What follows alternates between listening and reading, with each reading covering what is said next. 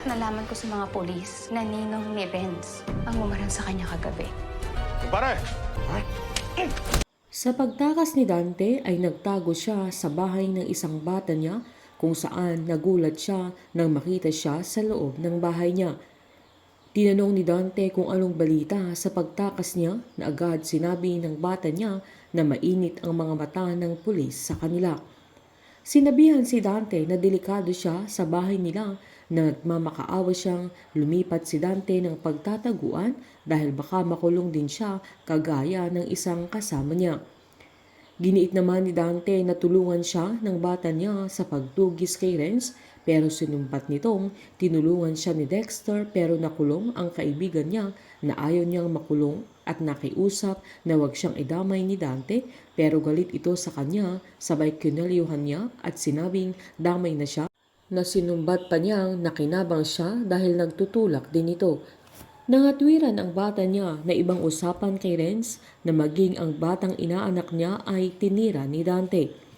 Dahil sa galit naman ni Dante ay binaril niya ang bata niya sabay iniwan niya ito.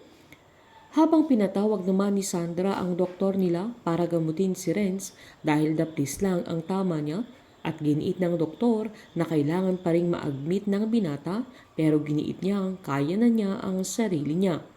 Alalang-alala si Sandra sa kanya habang ginagamit lang siya ng binata sa sarili niyang interes.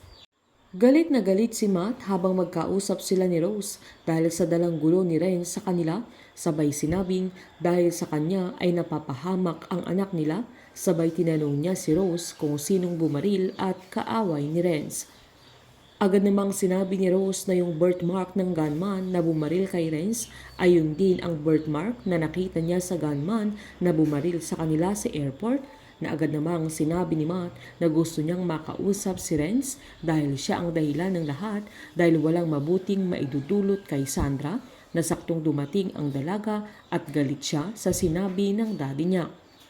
Sinumbat ng dalaga na si Matt noon ang nagsabi na good influence si Renz sa kanya na ngayon ay puro problema na ang dala niya. Sinabi naman ng daddy niya nang akala niya noon ay magandang impluwensya ang binata sa kanya pero narealize niyang hindi sa lahat. Galit na sinabi ni Sandra na tumigil na silang isisi lahat kay Renz dahil hindi nila alam kung bakit nabaril ang binata. Hindi naman nakapagtimbi si Matt at sinabing wala siyang pakialam kay Renz na kapakanan ni Sandra ang iniisip niya na paano kapag siya ang nabaril dahil kay Renz sabay umalis na siya at sa pag-alis ni Matt ay inirapan ng dalaga ang mami niya dahil siya ang mas pinakikinggan ni Matt.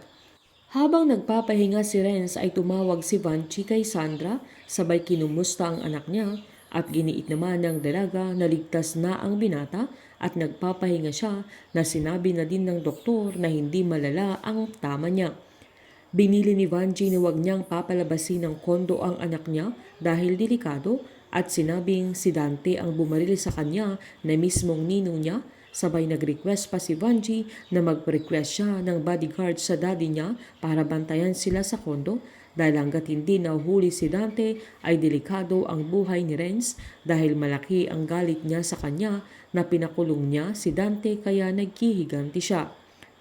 Tuluyan nang nawala ang tiwala ni Matt kay Renz na hindi na niya magawang paniwalaan ang mga paliwanag niya habang nilalaban pa rin ni Sandra ang binata ay ilalaban din ni Matt si Rose. Painit ng painit ang mga tagpo, sabay-sabay po nating subaybayan ang advance episode at ang nalalapit na pagtatapos ng Unbreak My Heart dito po sa aking channel. Patuloy lamang po manood at mag-subscribe para ma-update po kayo sa mga susunod na episode. Marami pong salamat.